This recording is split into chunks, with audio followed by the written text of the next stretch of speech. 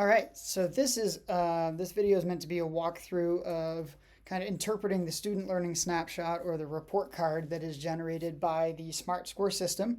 It's going to look different than it has in the past, obviously, because it is a new system to us and it's providing information in a different way. So we want to make sure that folks have the tools to be able to look at this and take away as much information as possible about how students are doing, how they're learning, how they're progressing, how they're growing in our schools. So taking a look at this student learning snapshot, at the top you'll see the name of the school and the school year. Down here we'll see that again, and it'll also indicate that this is for trimester 1, which is wrapping up.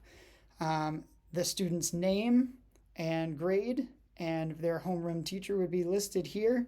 Again, the school and school address. And then the first thing you'll see in the student learning snapshot at the very top is kind of giving you the big general overview of how the student is doing in terms of how many of each type of score have they been awarded so far this year. And just to go over what those scores mean, so you'll notice at the top we have extending beyond proficiency. What that really indicates is that the student has not only met a certain standard, but they have also demonstrated that they can do very specific criteria that goes above and beyond that standard. And you'll see that criteria in the rubrics that are attached to their individual assignments. If they have a score of meeting proficiency, what that means is that they've done what the standard expects of them. So they've shown that they can do the thing that they were working toward doing. So that's kind of the ultimate goal. It's great to go and extend beyond, but really our ultimate goal is to get students so that they're meeting proficiency in as many standards as possible.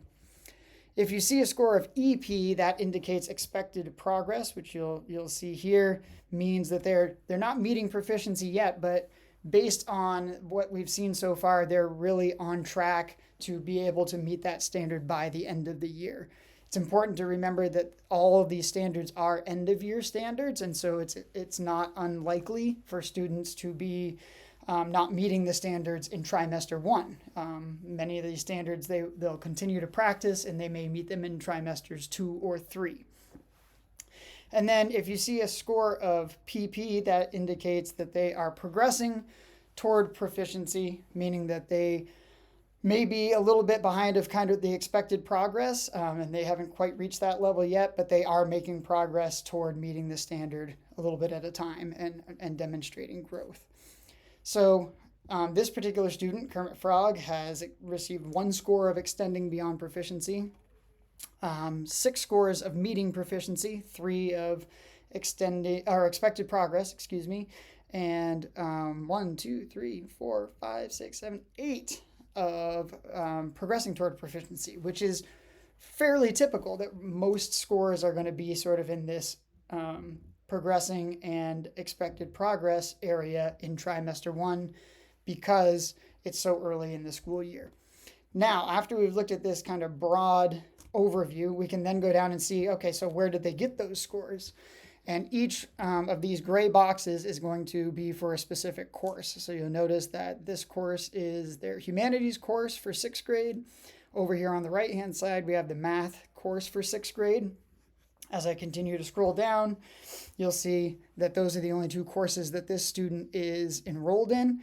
For your student, you will see additional courses as well, as your students are enrolled in science and social studies in some cases, art, music, physical education. So you'll see a lot more of these gray boxes, and each one of them is kind of laid out the same way, which is at the top, you'll see how many scores within that particular course the student earned at every level. So there's the progressing towards proficiency for humanities specifically, 1 of expected progress, 3 of meeting the proficiency, and then the 1 extending beyond proficiency came up in humanities.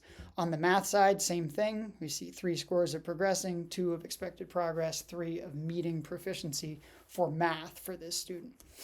So that kind of gives you a sense of how are they doing overall, but then you can go down into more specificity and see for each of these standards, which are in bold print here, so actively engage in class using effective student habits, that's the overarching standard.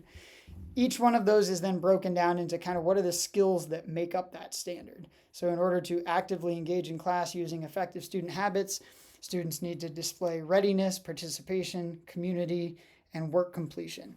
And you'll notice that for this student, they have a score of progressing for participation. So that might be an area where they need to continue to focus and work on. They're receiving a score of meeting proficiency for work completion. So that's a positive indicator that they're showing they're consistently able to complete their work, hand it in on time, those kinds of things. You'll also notice that there's a double asterisk here next to readiness and a double asterisk next to community. All that indicates is that those skills, those pieces of the skill have not been assessed yet. So it could be that students have not learned about how to do those skills yet. It could just be that they haven't been formally assessed in a particular assignment yet. But that's all that double asterisk means, is that we don't have any evidence that we've collected about those particular skills yet. Same is true for each one of these bold print standards as you go down through. You'll notice student habits are at the top here, so just kind of the general things that make a student successful in an academic environment. And then as you go down through, you'll see more content-specific standards. So for instance, in humanities, write a summary of the text using main events and supporting details. This student showed that they've not only met but extended beyond proficiency in summarizing, but again, they haven't had any evidence yet about identifying central idea or theme or paraphrasing. Those are double asterisks. So what you're going to see for a lot of cases then is over here on the side where we have the score for the overarching standard, there's an I. What I indicates is in progress. So we've scored part of this standard here, but we still have an I because we haven't scored all parts of it. There's still one part that's the double asterisk here that makes it so that we cannot give an overarching standard score yet. Okay. So that's mostly what you're going to see for a lot of things on this student learning snapshot in trimester 1, because so many of the standards have multiple pieces to them and not all of those pieces have been taught, practiced, and assessed yet this year. So each one of the courses is going to kind of be laid out that same way so that you can kind of navigate and see what are the standards, what are the skills, how's the student doing with the skills that they've been assessed on so far.